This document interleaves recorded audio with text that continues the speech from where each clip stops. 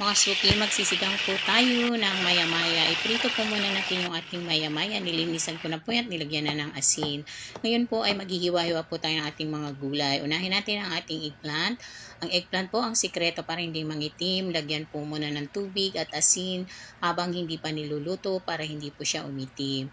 Ngayon naman ay isusunod na po natin yung ating sili. Ayan, hindi na po natin hiwain. At ito namang luya, ang sikreto para hindi mahirap balatan ay yung kumuha ko yun ng kutsara at yan po ang gawin yung pambalat. At ngayon naman po ay hihiwain na po natin yung ating luya ng maninipis na pahaba. At after na nga natin nahiwa ang ating luya, ay isusunod na po natin dyan yung ating iba pang mga pang-aromatics. Ayan, ang ating namang kamatis ay ganun din ang hiwa, pahaba po na maninipis. Ang mahal po ng kamatis, kaya 3 lang po yung nilagay natin. Mas masarap po sa sinigang yung medyo hinog na yung kamatis kasi mamula-mula yung sabaw. At hiwain na po natin yung ating sibuyas ng parehaba na maninipis at ganun din po yung ating mga bawang. Isiset aside lang po muna natin yung ating mga aromatics at tayo po ay mag-uumpisa ng magluto. Hindi na po ako naglagay ng mga iba pang mga gulay dahil medyo mahal ang gulay. At ngayon nga po ay mag-uumpisa na po tayo sa ating pagluluto. Painitin na po natin yung ating kaserola.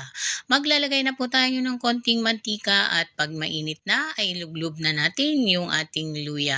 Ang luya ay pampaalis ng lansa. Kung isda po at manok ay mas masarap po ang ating sinabawan. At ilagay na po natin yung ating bawang at sibuyas. Medyo golden brown lang po natin yung ating bawang. Kaya isusunod na po natin yung ating kamatis at ang ating tanglad. Ang tanglad po ay nag-alis din po ng lansa at hindi lang lansa ang kagamitan ng tanglad. Ito po ay panglaban din sa mga ahas sa paligid. Pag maahas po kayo, magtanim po kayo ng tanglad para hindi po nalalapit yung mga ahas. At ngayon nga po ay nilagyan na po natin ng sabaw para po may sabaw na po yung ating sinigang. At ngayon ay kumukulo na, naglagay tayo ng konting patis at konting asin at saka naman natin nilunod yung ating eggplant. Nakita nyo po, press na po yung ating eggplant at ilagay na po natin yung ating dalawang hiwa na maya-maya na pinirito. At titikman na po natin, okay na po yung lasa